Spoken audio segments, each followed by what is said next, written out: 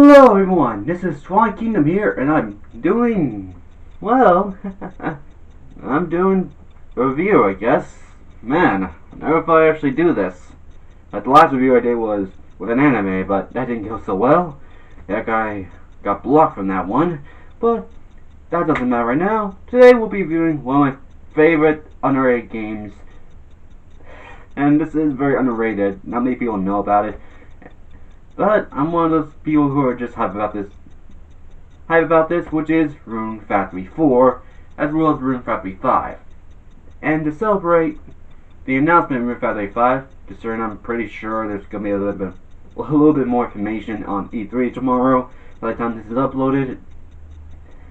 But yeah, I figure, why don't we talk about the Rune Factory series, or at least all the games I got on Rune Factory, and do a review about them and how far Rune Factory gone. So with that said, we're going to start things off with the first game I played on the Rune Factory series, which is Rune Factory 4. And with that said, here's the intro.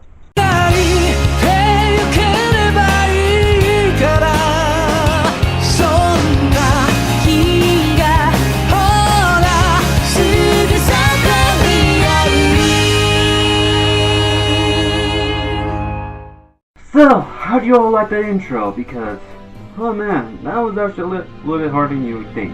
You're gonna have to find a bunch of clips all together.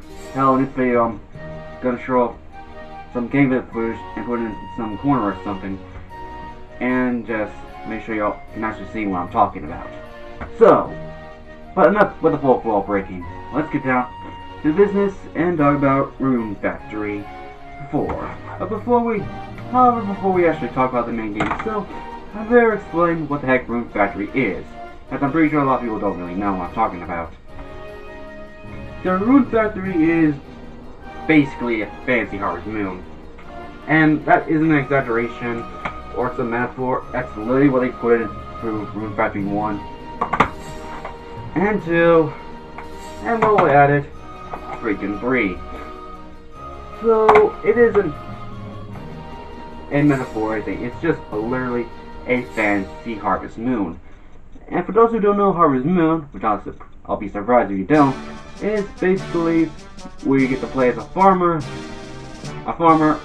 and pretty much go to some town for whatever reason, and usually it's you farm like home, interact with the villagers, and pretty much get married and all that other stuff, while also trying to help out the land, or in some cases just help out the harvest goddess, which is pretty predictable when you think about it, because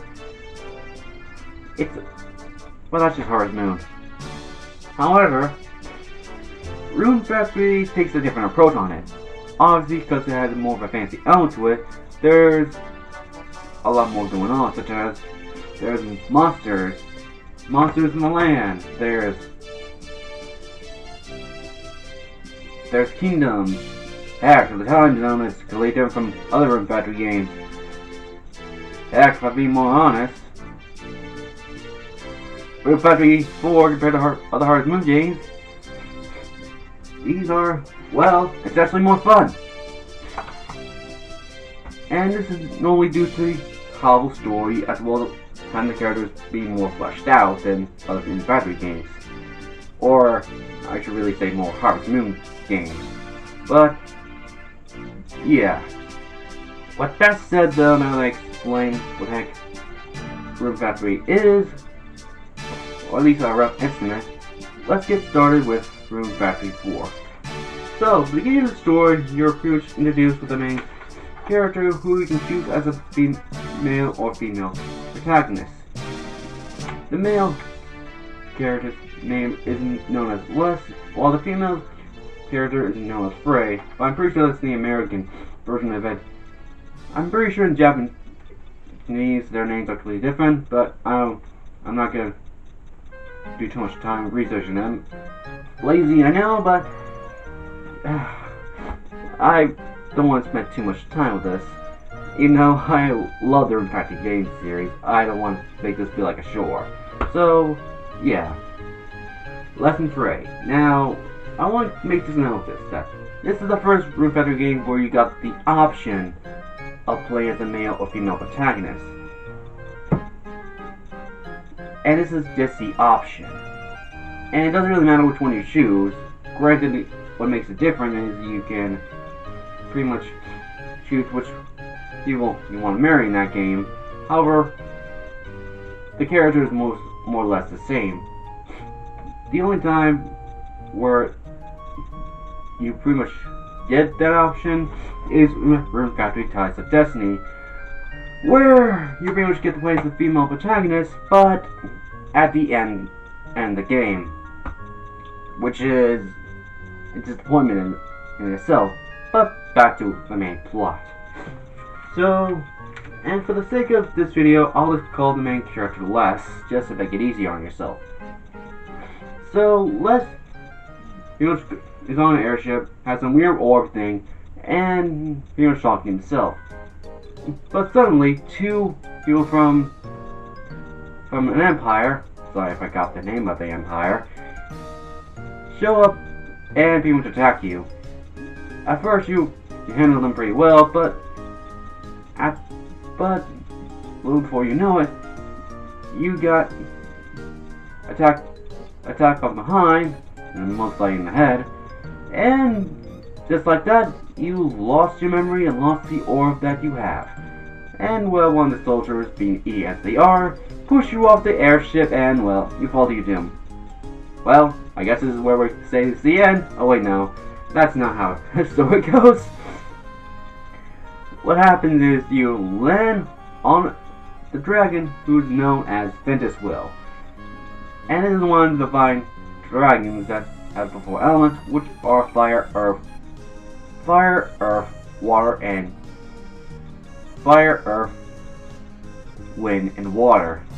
Did I actually remember all that? So,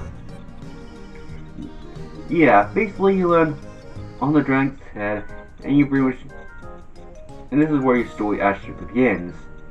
You pretty much explain to Ventus Will that you don't have amnesia whatsoever, have no idea who you are whatsoever, and well, Ventus Will at first thinks you are the prince, or the princess, which, okay, I'm not gonna lie, if you say you're the princess, then how would you, I'm sorry, that one line when you take into the state of context is not one you can easily explain. But anyway, Felix the butler, who, give me a moment to actually, Vulcan, shows up and makes things a bit more worse, thinking you are the prince as well. And you pretty much stay at the castle.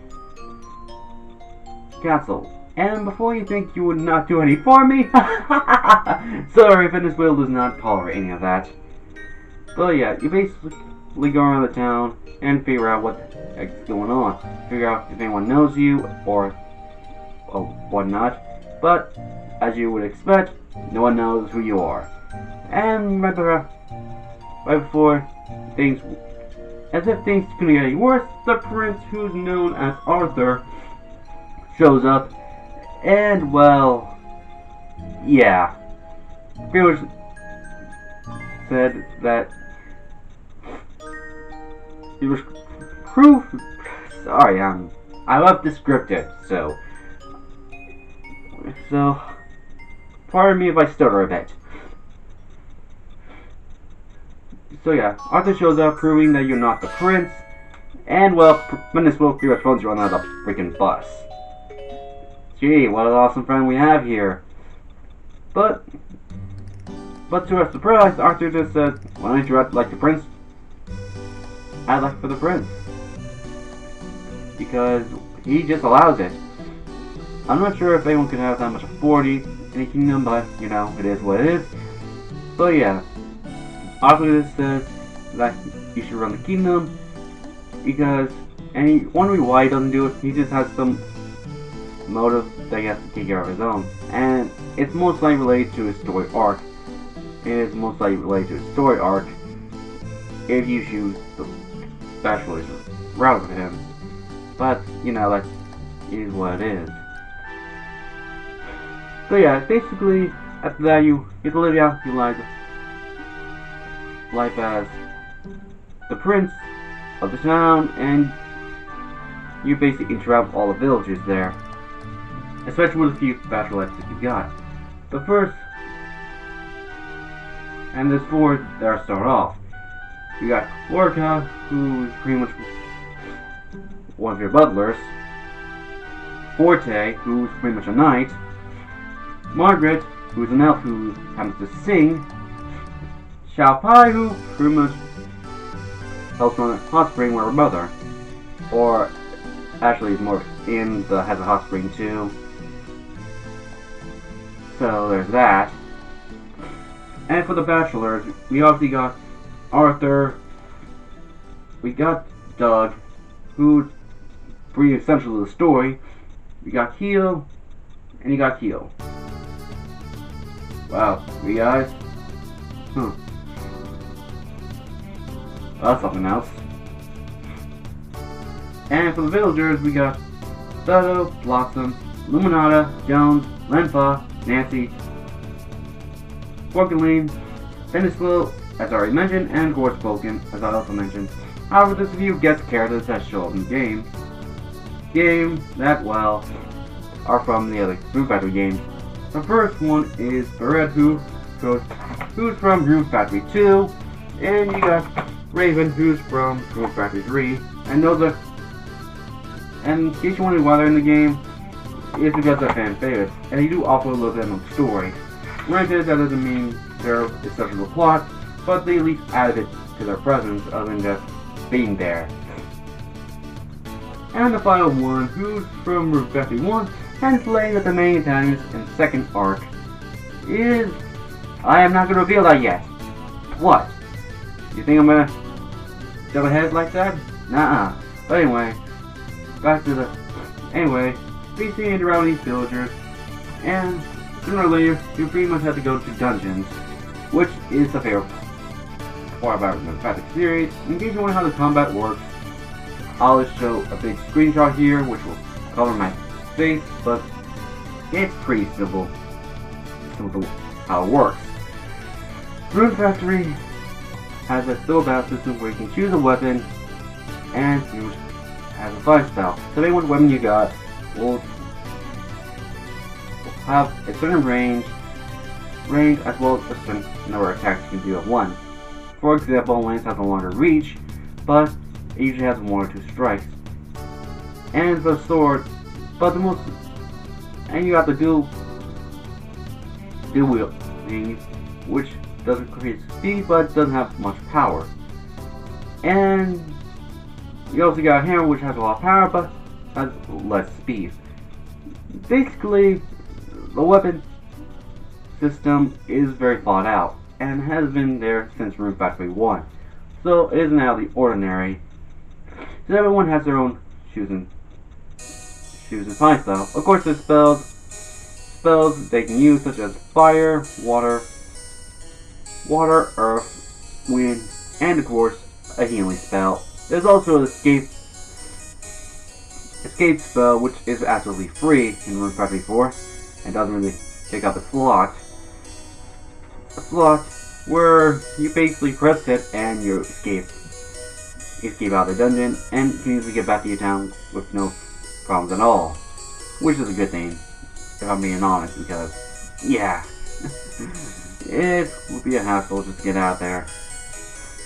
Now, after you go through the dungeons and so forth, and this is the essential of the story, you basically fight the bosses, which, depending if you're at a rookie level and regular level, especially if you're going in easy mode, then these bosses will be tough as hell. However, you'll have to stuff you know what you're doing. But yeah, after you defeat the first dungeon, you get a new villager whose name is Ember, but I'm pretty sure in Japanese there's a completely different name, but yeah, it was about this one where we learned that something's going on, and it solidifies that after we go to the second dungeon, where we meet Dallas. When we say Dallas. And well, yeah, there's something going on. And for those who have no idea what the hell I'm talking about, considering I'm jumping the gun at this, which, yeah, I basically am, the two who we saved had no recollection. They had no idea why they were there, how they were turning to monsters, and they have really no idea much about themselves. Basically, their memories got wiped. And Venice Wheel seems to know something about it. But that doesn't stop us from going for the third dungeon, who are led by a new character whose name is Pico, where we have to fight the third dungeon boss, which is Dulce. Now, it was by this one where we actually learned what's going on. You see, in the past there's been certain characters that actually saved Venice Wheel's life. And you're probably wondering, what is that supposed to mean? Basically, how the Rune Factory work is when it comes to magical power as well as life and all that, they are governed by runes. And runes are basically a dragon, supposed to be considered a dragon's life force. Venice Wheel was supposed to offer her life just so that the land runes would keep up, but those who were closest to her didn't want to have any of that, so they decided to turn themselves into monsters and make them produce more runes, just so Venice Wheel would live. In other words, she basically escaped death multiple times, and this is something that she didn't want. These were all her friends' self-decisions, and all those such friends were Earthmates, which are very connected to the runes, and have a lot of power. And just so you know, the main character is that as well. So, yeah. And all Venice really wants is for her friends to be free and to just want to die. Damn, that is one hell of a heavy topic. But yeah, as you can imagine, Venice Wheel has gone pretty weak to the one where she can really move at all. So as you can imagine, you the main protagonist had to find a way to save her. Especially you found this orb that produces, which is from the beginning of the game, where it produces a lot of runes at the area where the bosses were. And once you learn this can easily save Penny's life, well, yeah, the plot easily thickens, where Doug announced that he's going to stop you no matter what, because he believes that Venice Wheel was the one who killed his parents. Not going to go too detail about that because, well, yeah, plot reasons. So yeah, that's basically where the second part comes to play. You basically go back to certain dungeons, or you go to new areas and you get the spears, or the orbs. We'll just call them orbs. Get the orbs and pretty much place them in all the areas where you defeat the bosses.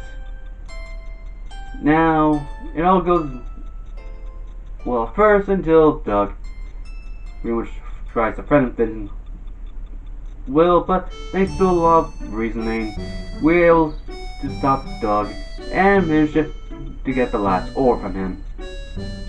After that, we go to the last dungeon of the first arc, which is Leon Kurnock, if I'm remembering it correctly. And this dungeon was not easy to do, because, oh boy, there was a lot of work going into this, and I'd rather not go into details about it because that'll take forever to explain. But, to short enough to make it sense, it was basically guarded by this barrier that only monsters can enter, and we had to get a bit of an opening just to get in there. And once you get in there, there's almost no way to get out. So we have to have a ring there, or at least a ring there just to get out of there at all. And we have to apply a lot of force to get in there to begin with, which pretty much shows that this is the last dungeon of the first arc. Now, once you get through the dungeon, you start to see memories of the Guardians and the motives behind why they wanted to have to save Venti, and then we go finally face the last boss of the first arc, which is basically Leon. As you would expect, we defeated him, but we decided to we gave him the ring so he could escape, and we were letting him be stuck there forever. This is how the game ends. Well, it was very sweet, but no, Venezuela was not how he ends that. Venezuela had enough energy to show up and save us from that crisis. And well, that's pretty much ends the first arc. And as you would expect, everything was happy-go-lucky. Looking for all this. Well, it didn't last long, considering we got the second arc, which pretty much, well, how would I describe it? At the beginning of the game, they were from some empire that caused us to lose our memory and nearly killed us. Well, guess what? They're back for this arc. And guess what they did? The soldier, one of the soldiers, who was pretty much smarter than the other one, shows up and pretty much says that they got all the orbs and they got proof to show it, and they even told Doug that they were responsible for killing Doug's parents as well as his entire village, and they just decided to blame on Venezuela, but Doug wasn't too smart to catch on at first. So yeah, surprise, surprise.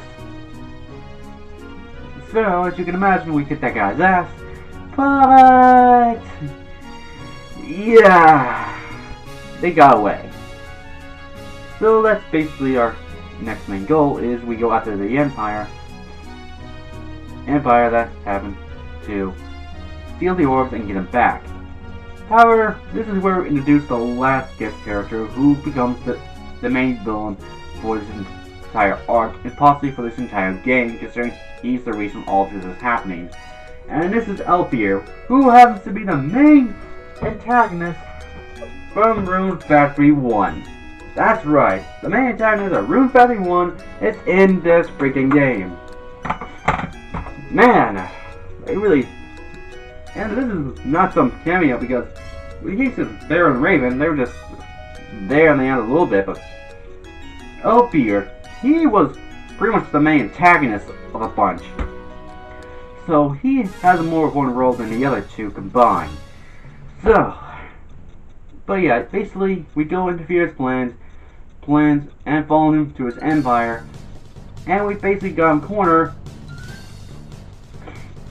but of course things aren't that easy as you would think, because as soon as he got to a bit of a corner sink, he decides to summon his secret weapon, which is basically a fly freaking island. Ugh, man, we can't catch a break, can we? But yeah, basically we use our airship to the island fortress. We basically fly through it, and then we finally face Elpier, and believe me, this guy is tough as hell. Like, this guy is probably one is pretty much more final boss level than Leon was. And this guy had a lot of power backing him up. And this is from the first stage, may I mind you. The second stage is much easier to handle, considering that Venezuela shows up and helps save the day. However, Elpier decides, once Elpier was near a defeated state, he does the one thing that all of us didn't want to happen. He absorbs Venezuela, and well, controls Venezuela as well. Ugh, this sucks. So basically, we have to fight Venezuela now. And as you can imagine, we got our asses kicked. But thanks to a very powerful spell, and including all the bonds we made with villagers. And no, this isn't the BS, where my friends on my power thing, because there is a spell involved. And it was done very well. So yeah, it was 6 that spell that we managed to defeat Elfbeard. Defeat Elfbeard and one epic final slash. And let me tell you, it was an awesome boss battle. It was really well memorable. But yeah, after Elfbeard is defeated, we go back to the kingdom and everything is fine. Oh wait. Yeah, things are not fine. Turns out in that final battle, Venice Wheel had, well, died. Venice Wheel just kept her spirit on for long enough just for us to say goodbye. And just like that, Venice Wheel dies. After all that effort, Venice Wheel still dies in the end. Or does she? This is where the third and final arc of the story finally arrives. And this is the most important part about it. And this is probably the most difficult arc than the second one. Basically, after a long while, you miss Venice Wheel, any others wondering what to do with the help. Eventually, we learn about knowing to get Venice Wheel out.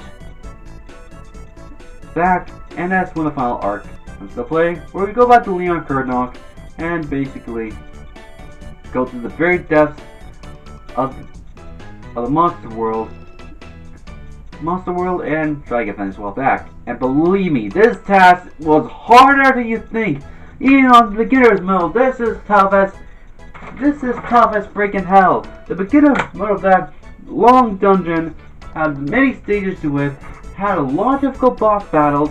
Not only that, but even some of the dungeons, especially the very first one inside that freaking place, was hard to get to. You had to solve freaking who knows how many puzzles, and of course, oh man, you have to get very good equipment there as well. It was nearly impossible unless you knew how the Rune Factory worked and what equipment you have. It was so freaking difficult. However, it was all worth it because at the end of the day, we managed to get Venice Wheel back. And that is how the last arc ends. Which, yeah. Whew. That's basically Rune Factory's forward plot.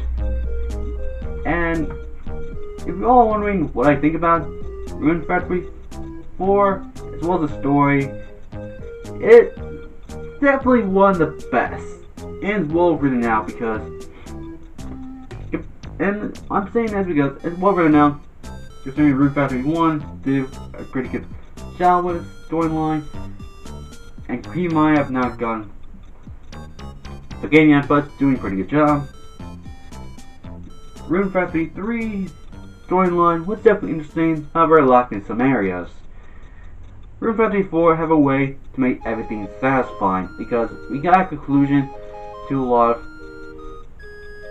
pretty much everything that was in the game and how long else to keep us excitement, and it did a good job for us when it came down to save Venice Wheel because honestly I wanted to save Venice Wheel as much as my main character. That's how good they made it feel saving Venice Wheel. In other words, it was just a very good game. And it definitely got me hooked on the whole Rune Factory series to the point where I got pretty much all the main title games, which is Rune Factory 3, Rune Factory 2, and Rune Factory 1.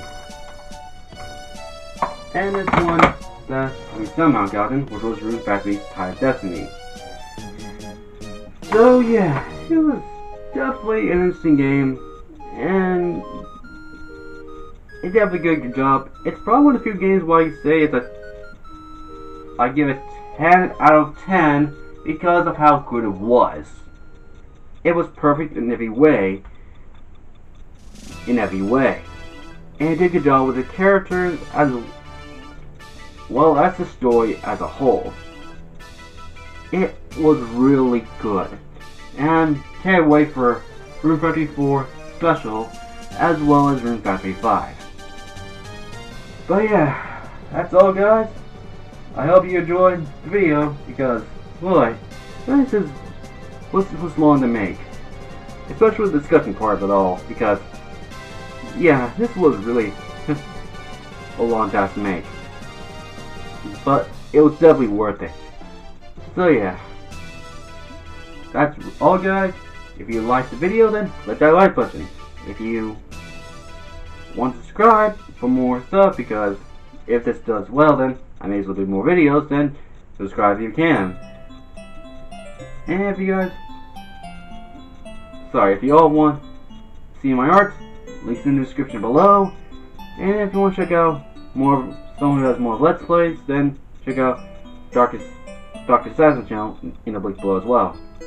But with that said, everyone, I have been Flying Kingdom, and I'll see you guys later. Peace, everyone. And yeah, hope you all enjoy E3.